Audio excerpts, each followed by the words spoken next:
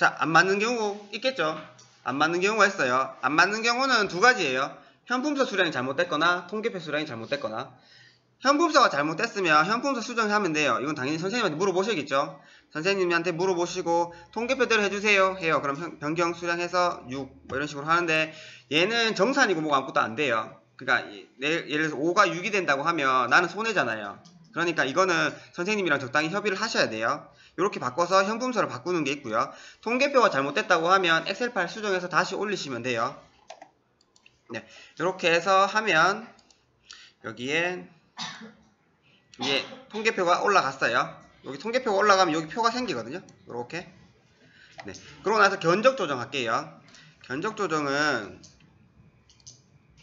이렇게 돼 있어요. 내가 뽑은 금액은 요 금액이에요. 근데 납품은 요 낙찰 금액으로 납품을 해야 되죠. 그래서 이 금액으로, 이 낙찰 금액으로 실행 총액을 맞출 거예요. 그래서 보통은 초기에 한번 누르고요. 단가 자동 조정을 눌러요. 그러면 한 번은 비율대로 쭉 곱하는데요. 마지막 단위는 0이 되도록 만들어줘요. 그러고 나서 50원 단위로 조정, 10원 단위로 조정 하면은 차익이 0으로 딱 떨어지죠. 그럼 견적 조정이 끝난 거예요. 근데 이제 너무 이율이 안 나다 보니까 좀 보셔야 되겠죠.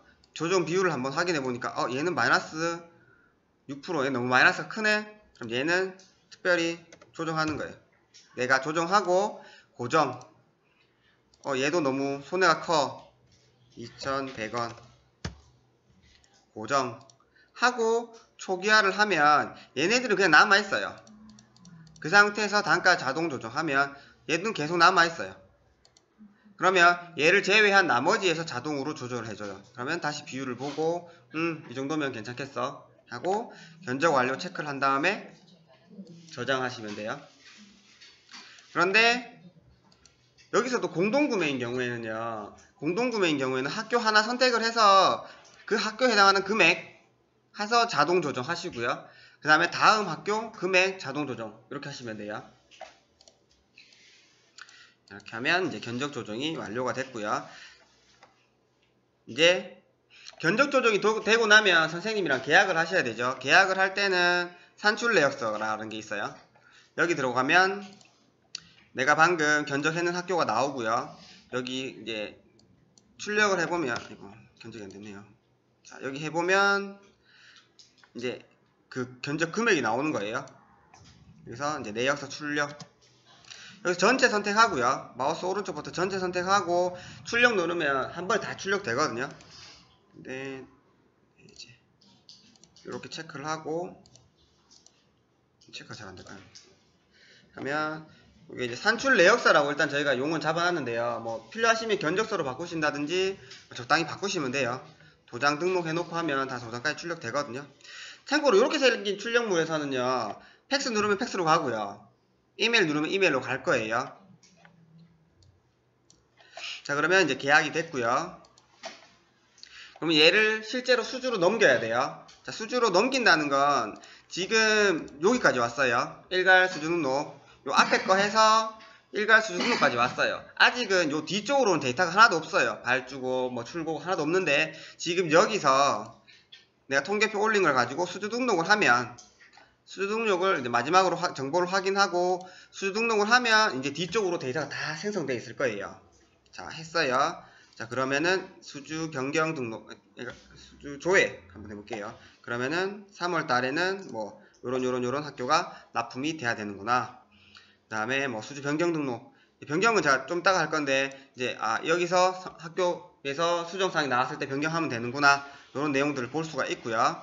자, 그러면 내가 그 수주를 하고 나면 제일 먼저 하는 건 발주예요. 내가 물건을 납품하기 위해서 주문을 해야 되겠죠. 자, 발주 한번 해볼게요. 자, 일괄 발주 등록에 들어가서요, 날짜를 보통 한 달치 다 하는 경우도 있고요, 일주일 단위로 하는 경우도 있죠. 어떻게 하세요? 한 달 다 하세요. 자, 그러면 날짜를 한 달로 놓고요. 근데 전 시간이 오래 걸리니까 일주일만 놓을게요. 하고 여기 미발주 되어 있죠.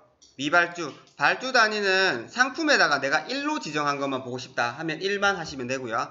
월로 된 걸 보고 싶다면 월로 하시면 돼요. 월은 보통 뭐 냉동식품 이런 거 있죠. 그건 월로 주문하실 거고, 뭐 경매시장 가서 매일매일 사오는 거는 일로 돼 있을 거예요. 그러면 그런 것까지 다 발주 낼 필요는 없잖아요. 그래서 월로 하시면 되는데, 일단 저는 다 땡길게요. 해서 미발주 놓고 다 조회한 거예요. 이 상태에서 확인 눌러서 발주 생성할 거예요. 발주 생성하는 건 이 발주서가 생성되는 날짜예요. 근데 보통은 이렇게 한 번에 발주되는 거는 일요일로 해요. 첫 번째 일요일로. 이건 그냥 마음이에요. 뭐 오늘 하고 싶으면 오늘 하셔도 돼요. 근데 많은 거랑 섞이니까 3월 5일로 한번 해볼게요. 자, 확인, 과거 날짜 상관없으니까 예 하면 얘가 발주가 딱 생성이 돼요. 그리고 발주서 출력으로 얘를 누르면 바로 넘어가는데요. 저는 이제 메뉴가 어딘지 보기 위해서 이걸 해드릴게요. 원래 얘를 하면 요 메뉴로 넘어가요. 저기 방금 일괄 발주 등록해서 등록을 하고요. 발주 출력으로 넘어가요. 자, 그러면 제가 아까 언제로 했죠? 5일날 해서 조회. 그러면 생성된 게 쭉 보여요. 자, 그리고 각 업체들마다 선호하는 방식이 있죠. 누구는 팩스로, 누구는 이메일로, 누구는 외부로. 2차 분들은 이제 다 외부로 받을 거예요. 1차 분들은 2차 저희 가입된 분들한테는 외부로 보내시면 돼요. 네, 근데 지금 아직 활성화 안 돼 있는데 나중에 제가 다 활성화 해드릴 거거든요. 다 같이 가입되고 사용하겠습니다 되면 이걸 다 활성화 해드릴 거예요. 자, 그러면 한번 볼게요.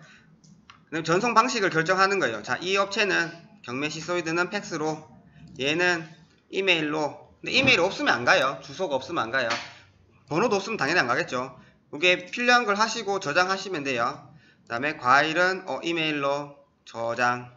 이렇게 해서 이건 한 번만 해놓으시면 돼요. 다음 달에는 한 번 해놓은 걸 그냥 따라갈 거니까요.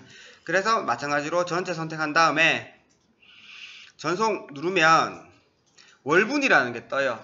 그래서 3월에 첫 번째 발주다.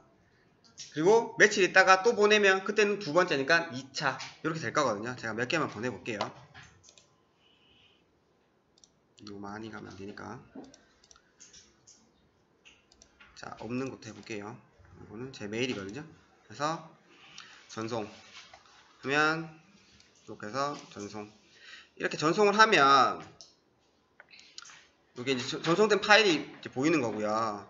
여기에 뜨죠? 얘는 3차. 아이고, 다시 할게요. 조회를 하면 얘는 1차로 갔고 얘는 1차로 갔고 얘는 3차, 4차. 이거 두 번 제가 뭐 테스트를 하면서 더 보낸 거예요. 그래서 얘는 3차가 되고 얘는 4차가 되는 거거든요.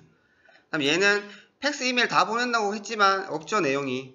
그래서 안 간 거예요. 그럼 얘는 출력을 해서 실제로 이제 인쇄를 해서 뭐 어떻게 하시면 되겠죠. 직접 갖다 주시거나 킥으로 보내시거나 그럴 일은 없지만.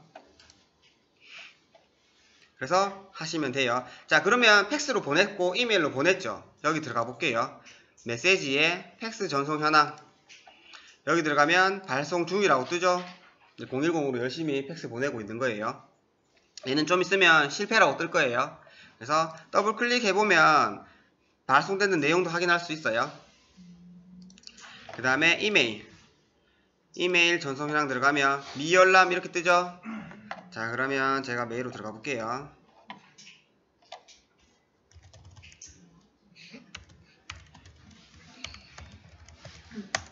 요즘도 이메일로 좀 오죠, 발주가.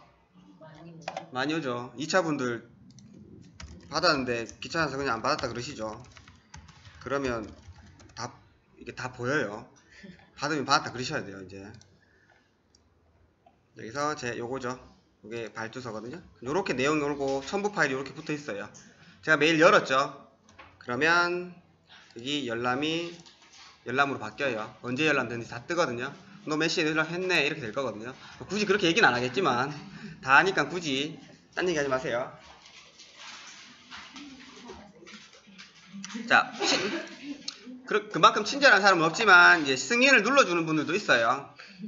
나 그래 확인했어 이렇게 위에 수신 확인하면 이게 승인도 해줘요. 정말 친절한 사람이에요. 보면 나와요. 누가 친절하고 누가 안 친절한지 메일 전송 리스트만 봐도 나오죠. 자, 이렇게 이제 확인을 한다는 거.